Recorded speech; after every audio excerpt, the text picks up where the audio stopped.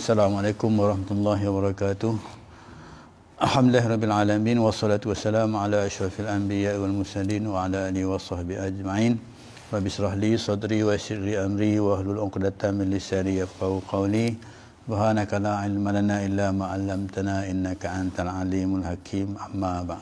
Alhamdulillah, tuan-tuan sidang pendengar yang dirahmati Allah sekalian, bertemu lagi kita pada pagi ini dalam tazkirah ringkas satu hadis yang berkaitan dengan mentaati Rasulullah sallallahu alaihi wasallam dan arahan pemimpin. Terjemahan hadis Imam Al-Bukhari dan Imam Muslim meriwayatkan daripada Abu Hurairah radhiyallahu anhu, beliau berkata, maksudnya Rasulullah sallallahu alaihi wasallam bersabda, siapa yang mentaati saya maka dia telah mentaati Allah, dan sesiapa yang mentaati yang menderhakai saya maka dia telah menderhakai Allah.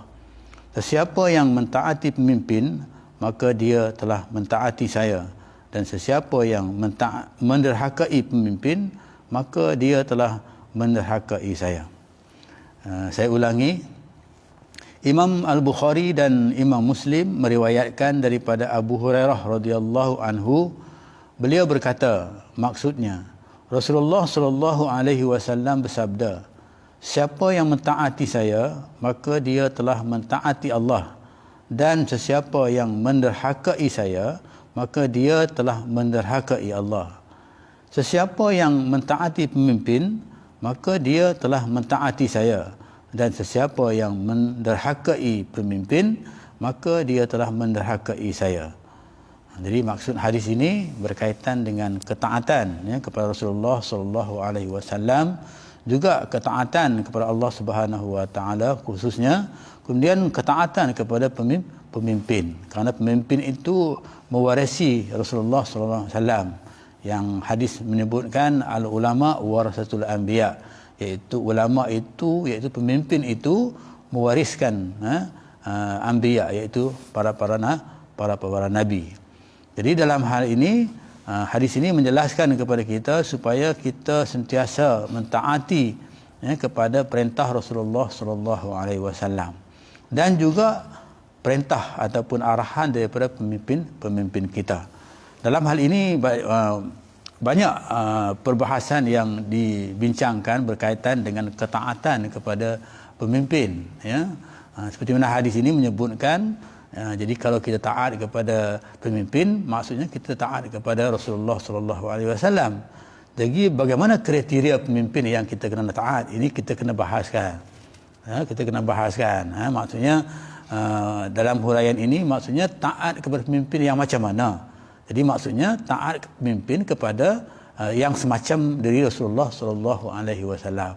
Jadi maksudnya kriteria yang ada pemimpin itu maksudnya tidak lari daripada kriteria yang ada kepada Rasulullah sallallahu alaihi wasallam, iaitu diri Rasulullah sallallahu alaihi wasallam. Jadi contoh model pemimpin itu ialah Rasulullah sallallahu alaihi wasallam.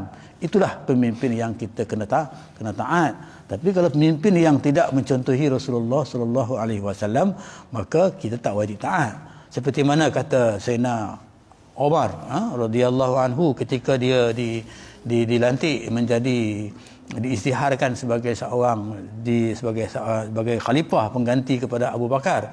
Dia mengatakan, dia kata, taatlah kepada saya selagi mana saya taat kepada Allah dan Rasul. Kalau sekiranya saya tak taat kepada Allah dan Rasul maka jangan taat kepada saya. Maksudnya jangan ikut perintah saya. Itu ciri-ciri sebagai seorang pemimpin yang dikatakan mengikut Rasulullah sallallahu alaihi wasallam. Jadi yang dimaksudkan dengan ciri-ciri yang ada pada Rasulullah SAW ni, iaitu ciri-ciri pemimpin yang menjaga ayat, yang menjaga hati rakyat, menjaga, orang kata, memahami gerak nadi rakyat. Itu yang dikatakan pemimpin yang wajib kita kena taat, kerana ciri-cirinya ada kepada dianya itu seperti mana yang ada kepada Rasulullah SAW. Dalam kisah dikatakan bagaimana pemimpin yang baik yang diceritakan oleh Rasulullah SAW itu berlaku zaman Rasulullah SAW, iaitu Rasulullah SAW sendiri. Maksudnya pemimpin yang sentiasa ni menyantuni rakyat. Pemimpin yang sentiasa menyantui rakyat. Walaupun rakyatnya itu bukan daripada kalangan orang Islam. Itu orang Yahudi. Mungkin kisah ni kita selalu dengar cerita ini. Tapi nak kaitkan dengan sebagai seorang pemimpin yang wajib kita kena taat. Iaitu pemimpin yang maksudnya yang menyantuni rakyatnya. Yang menyantuni orang kata orang yang di bawah jagaannya. Nabi SAW pernah di zamannya kata Aisyah radhiyallahu anhu apabila ditanya oleh bapaknya iaitu Abu Bakar, apakah perkara yang belum pernah aku lakukan yang mana Rasulullah SAW lakukan, itu maknanya seorang pemimpin nak mengikut Rasulullah, ciri-ciri yang ada pada Rasulullah.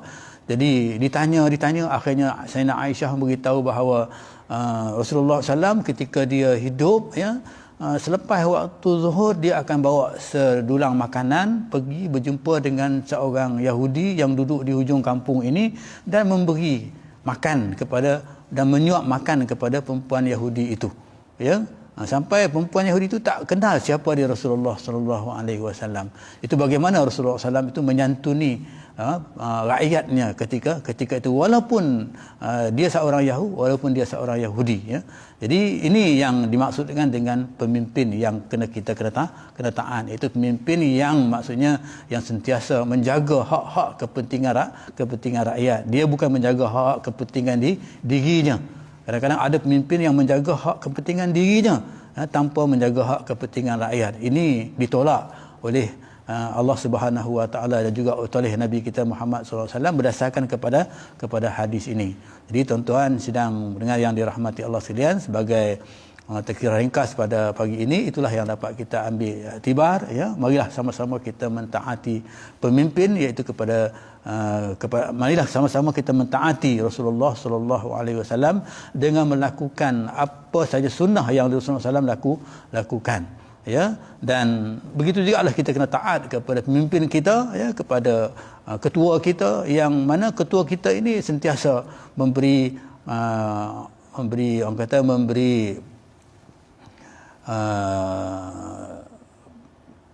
pemerintah memberi arahan kepada kita yang sentiasa menjaga kita seperti mana penjagaan yang dijaga oleh Rasulullah sallallahu alaihi wasallam. Jadi dalam hal ini yang pentingnya ialah hak-hak rakyat itu dijaga, hak-hak yang dipimpin itu meletakkan keadilan yang asas kepada seorang pemimpin itu. Jadi itu saja yang dapat saya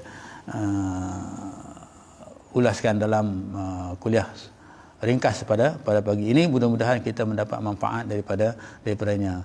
Yang baik itu daripada Allah Subhanahu Wa Taala. Ya Allah, maha kelemahan pada diri saya sendiri. Aku qauli hadza wa astaghfirullahalazim billahi taufiq wa hidayah. Assalamualaikum warahmatullahi wabarakatuh.